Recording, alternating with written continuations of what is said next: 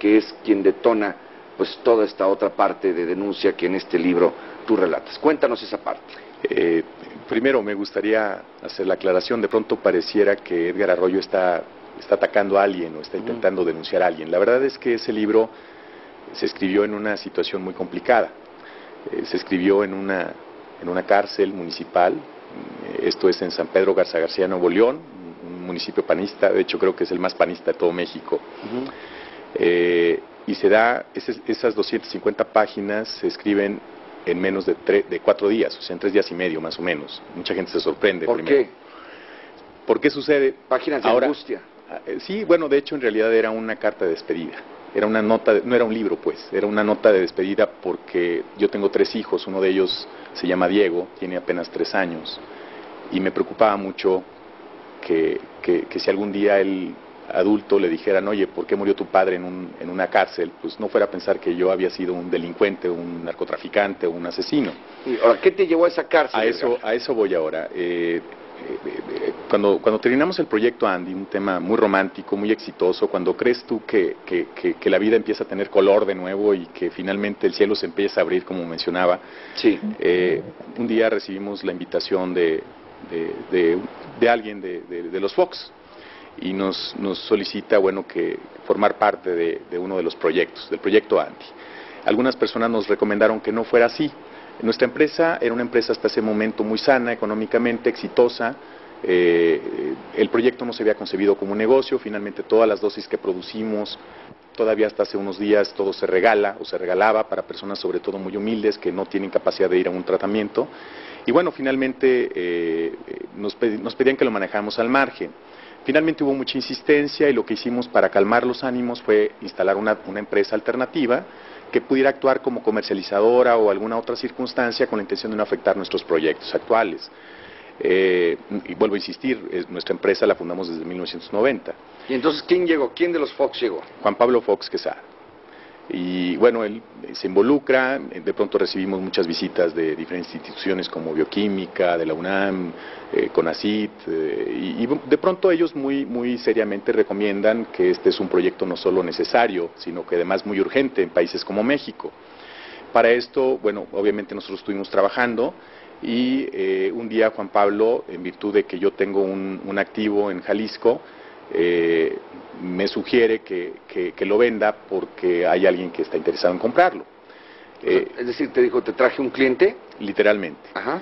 Y entonces, bueno, finalmente nosotros lo visitamos, verdaderamente lo necesitamos. Nosotros, en virtud de que uno de los hermanos del presidente formaba parte de una de nuestras empresas, pues nosotros ya no podíamos ir a banca de desarrollo ni a alguna institución financiera porque se iba a ver como diferente, ¿no? Entonces, finalmente, por mantener la salud de nuestro proyecto, nosotros fuimos muy sanos en ese aspecto y todos los recursos que tuvimos finalmente los aplicamos al mismo proyecto, sin necesidad de apalancarnos.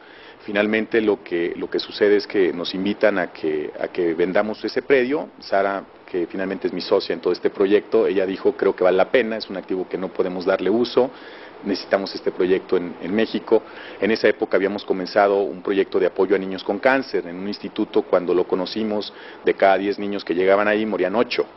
Actualmente estamos salvando al 8º y al 9º. Eso te puede decir la importancia de esto, importante, ¿no? Muy Entonces, importante. finalmente, cuando continuamos con este proyecto, Juan Pablo nos dice que vendamos, nosotros creemos que vale la pena, nos sugieren que entreguemos un poder, el poder nos parece excesivo, no lo otorgamos literalmente, de hecho se hace un escrito, ese escrito yo lo cancelo independientemente para que no fuera a generar ningún efecto, y bueno, posterior a esto se olvida esa oferta de compra, cosa que pareció raro en su momento.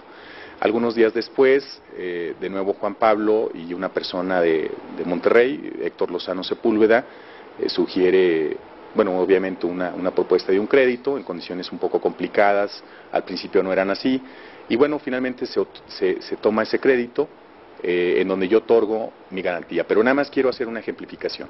El crédito que a nosotros nos entregan es de un poco más de 10 millones de pesos. El activo actualmente tiene un avalúo por el gobierno de Jalisco de más, bueno, cercano a 100 millones de pesos. Ya estaba cubierto. Pero 10-1 casi. Así ¿no? es. Entonces, bueno, de pronto era un tema en donde Juan Pablo también se iba a beneficiar porque él tenía un proyecto de algunos invernaderos, un proyecto alternativo y finalmente, bueno, los dos firmamos como responsables de ese crédito. Finalmente un día hay una propuesta, quiero hacer una aclaración anterior.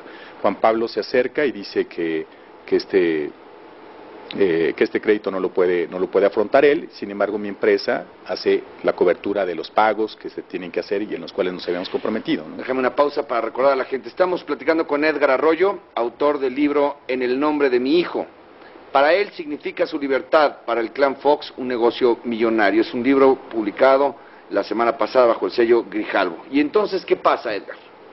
Bueno, el tema que sucede es que Juan Pablo no se hace frente, a mí se me hace muy pesado llevar el crédito solo, y hay una empresa extranjera muy importante que se acerca y le gusta mi activo, hablo de nuestro como empresa, y hace una propuesta de compra de muchos o de varios millones de dólares. A mí me interesa, les informo a la persona que había firmado la hipoteca, con quien había firmado la hipoteca en Monterrey, y finalmente están de acuerdo. Yo mando a las personas para que hagan los pagos de prediales y de todo ese tipo de cosas que se hacen antes de una operación de este tema, y de pronto viene un tema preocupante. El predio no estaba ya a nombre de nuestra empresa. Lo habían... ¿Cómo? Sí, alguien se lo robó, como si en México, digo, tristemente, fuera tan fácil hacerlo, ¿no? Y además quitando una hipoteca. Es lo peor, imagínense que yo tuviera la capacidad de poder ir a quitar hipotecas, pues tendría el mejor negocio del mundo, ¿no? Así es. Bueno, eso ocurre.